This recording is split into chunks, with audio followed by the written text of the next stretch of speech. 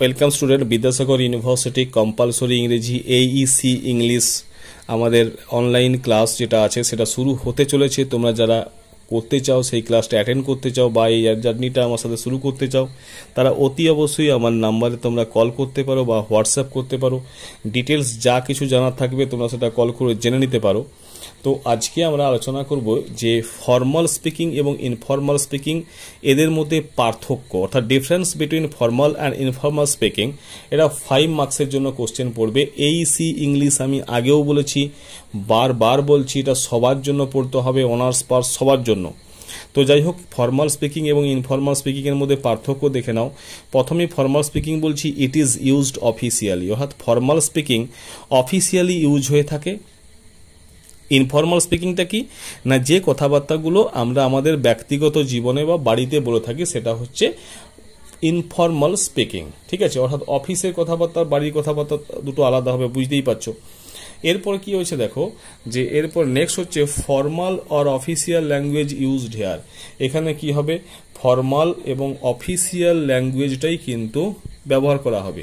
এখানে কি হবে না, এখানে হবে রিজিওনাল ল্যাঙ্গুয়েজ ইজ ইউজড, অর্থাৎ তার নিজের এলাকার, তার মাতৃভূমির যে এলাকার যে ভাষা সেটাই সেখানে ব্যবহার করা হয়। তারপর বলছি ইট ফলো স্ট্রাকচার অ্যান্ড রুলস। এর মধ্যে কি আছে, কিছু নিয়ম কানুন, কিছু রুল আছে, কারণ এটা অফিসিয়ালি ল্যাঙ্গুয়েজ। তো সেক্ষেত্রে কি হবে, এটা কি করবে, ইট ফলো স্ট্রাকচার অ্যান্ড রুল। এর মধ্যে কিছু স্ট্রাকচার, কিছু রুলকে ফলো করবে। আর এখানে কি হবে, it is not follow any rule, এটা কিন্তু কোনো রুলকে ফলো করবে না, যেহেতু এই ল্যাঙ্গুয়েজটা আমরা বাড়িতে বলি, বন্ধু বান্ধব নিজেদের মধ্যে আলোচনা করে থাকি। তারপর কি, it requires proper and clear pronunciation, অর্থাৎ সঠিকভাবে উচ্চারণ এবং পরিষ্কার উচ্চারণের প্রয়োজন আছে। কোথায় না, ফর্মাল স্পিকিংয়ের ক্ষেত্রে। আর এখানে কি আছে, ইনফর্মাল স্পিকিংয়ের ক্ষেত্রে কি করব, it does not care proper pronunciation. এখানে সঠিক উচ্চারণ করা বা সঠিকভাবে বলার সেরকম কোনো গুরুত্ব থাকে না। ঠিক আছে, নেক্সট বলছি ইট ইজ নট ফ্লেক্সিবল। এটা কিন্তু ফ্লেক্সিবল নয়, একটা রুলস এবং রেগুলেশনের মধ্যে চলতে হয়।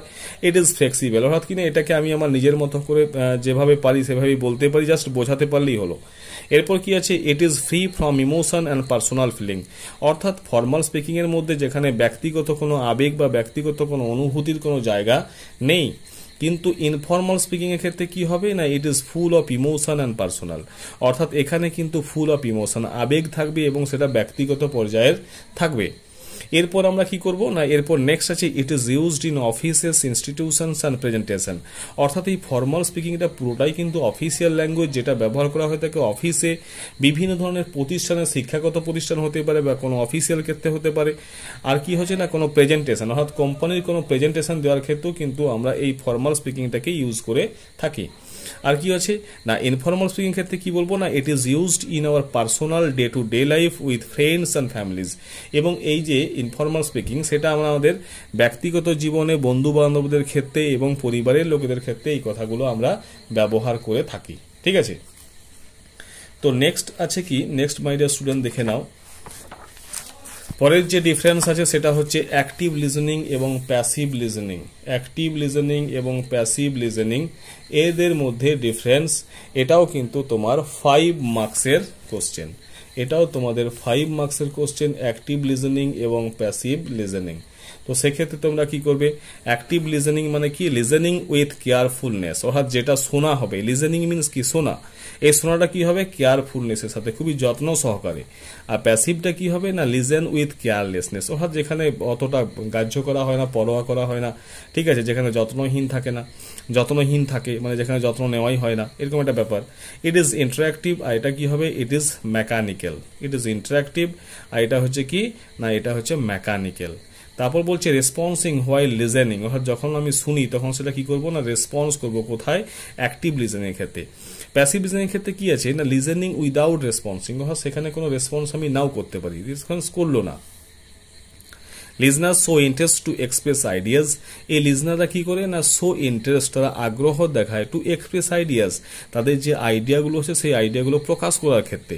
আর এখানে কি হবে, যে সমস্ত লিজনাররা থাকবে, অর্থাৎ যারা শ্রোতা থাকবে, মে ডিস ইন্টারেস্ট দ্য স্পিকার, অর্থাৎ তারা কিন্তু বক্তার কথায় কোনো ইন্টারেস্ট নাও দিতে পারে। এরপর কি আছে, it is both way communication, এটা হচ্ছে বোথ ওয়ে, অর্থাৎ আমি বলছি সেও বলছে, বোথ ওয়ে কমিউনিকেশন।